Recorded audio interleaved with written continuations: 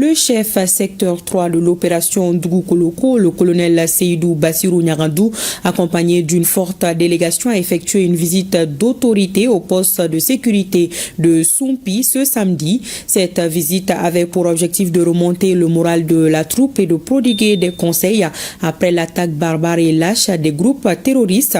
Au cours de l'attaque, plusieurs terroristes ont été neutralisés et beaucoup de matériel saisi.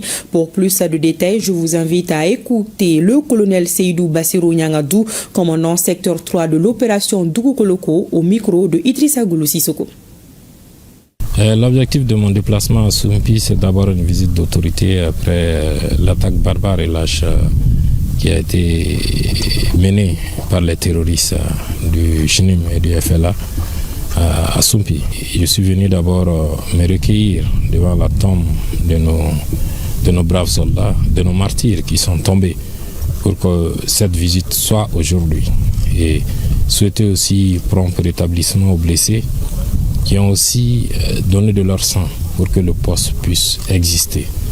Et je suis venu aussi avec le message du commandant du théâtre centre pour féliciter les hommes qui se sont battus et qui continuent à se battre au quotidien pour que le secteur soit sécurisé, pour que Soumpi et ses alentours soient sécurisés. Nous avons aussi profité pour apporter de la logistique.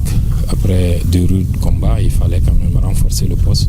Nous sommes venus pour renforcer le poste en termes de commandement, mais aussi en termes de matériel de combat.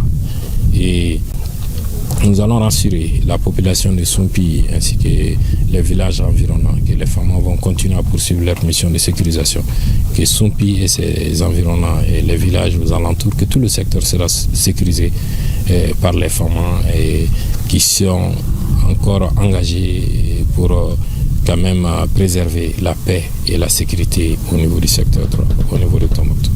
Du matériel saisi, on en a beaucoup. Du matériel brûlé, il y en a beaucoup. Des blessés, l'ennemi en a emporté certains. L'ennemi a apporté aussi des morts. Et nous disons que leur objectif c'était de prendre le contrôle du camp. Malheureusement, ils n'ont pas pu.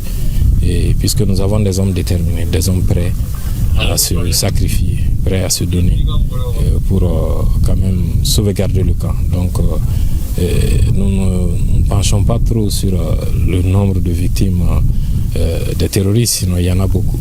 Nous portons un peu, ce qui nous inquiète un peu, c'est un peu les blessés. Et Dieu merci, nous avons juste quelques cas graves qui seront évacués. Sinon le reste, ils vont sortir très prochainement de l'infirmerie pour rejoindre le poste et continuer à faire le combat. Donc nous avons des hommes prêts, déterminés à défendre la patrie, des hommes qui sont prêts à léguer le Mali tel que nous l'avons reçu.